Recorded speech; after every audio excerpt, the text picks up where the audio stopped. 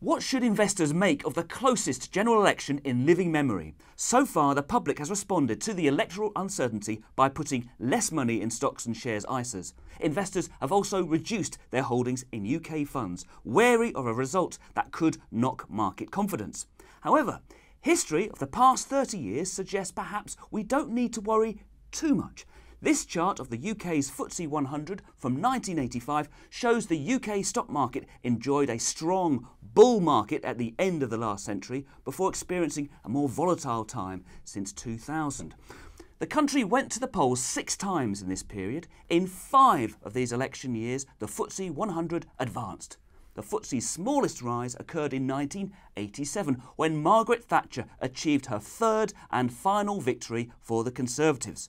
The blue chip index opened at 1,677 and peaked after the election before being smashed in the Black Monday crash, in which it temporarily lost a third of its value. However, it bounced back and closed the year up 35 points or 2%.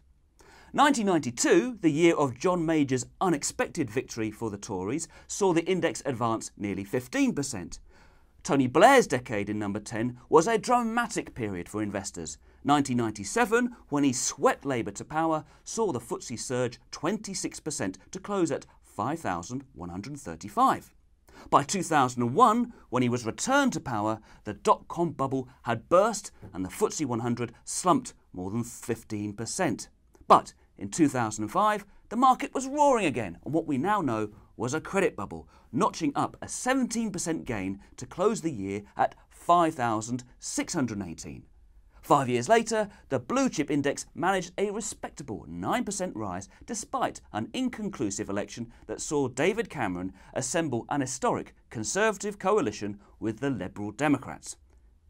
If you want something more alarming, you have to go back to 1974. That's the last time we had 2 general elections in 1 year, when Labour's Harold Wilson narrowly defeated the Conservatives' Edward Heath in February and called another election to gain a small majority in October.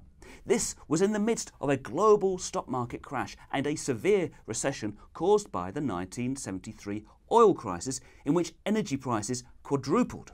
Over 2 years, the UK stock market fell by 73%. However, Wilson's second victory did mark the end of this traumatic period. In the first 3 months of 1975, the stock market doubled and investors were over the worst. It's possible we could see 2 elections this year if either the Conservatives or Labour attempt to lead the country with a minority in Parliament.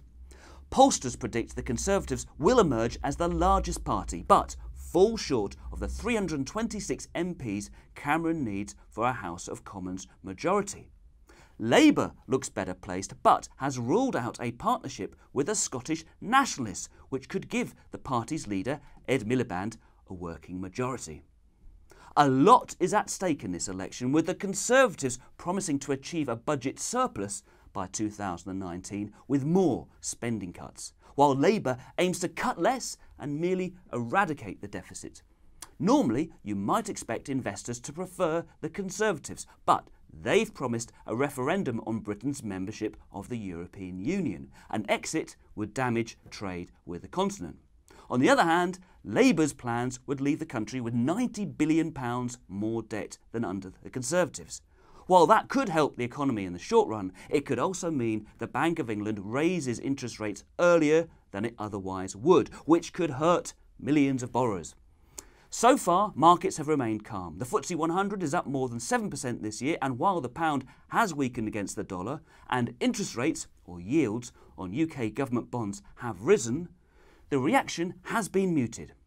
Once the election is out of the way, we should have a clearer picture of where we're headed. For now, investors and the rest of the country are keeping their fingers crossed.